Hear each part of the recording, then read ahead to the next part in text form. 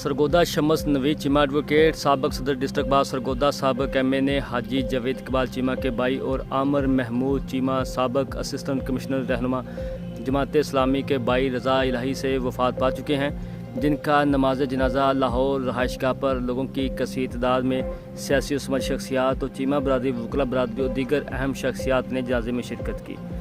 इस मौके पर वकला बरादरी और दीगर अहम शख्सियात ने शम्स नवीद चीमा की ज़िंदगी पर अपने तासरात बयान करते हुए कहा कि शम्स नवीद वकला बरादरी में अपने मिसाल आप थे। उनके सियासी कैरियर में भी अहम रोल रहा है। शरीफुन्नफ्स इंसान होने का अमली सबूत देते रहे। ये बात काबिल ज़िक्र है कि शम्स नवीद चीमा अरसा दराज से अलील रहे हैं और कुछ अर्सा पहले उनके जवान साला बेटे की वफ़ात उनके लिए एक बड़ा सदमा था। उन्होंने कहा कि हम अल्लाह ताला से दुआ गो हैं कि अल्लाह ताला शम्स नवीद चीमा की कोताहियों को माफ़ फरमाए और जन्नतुल फिरदौस में आला मुकाम अता फरमाए।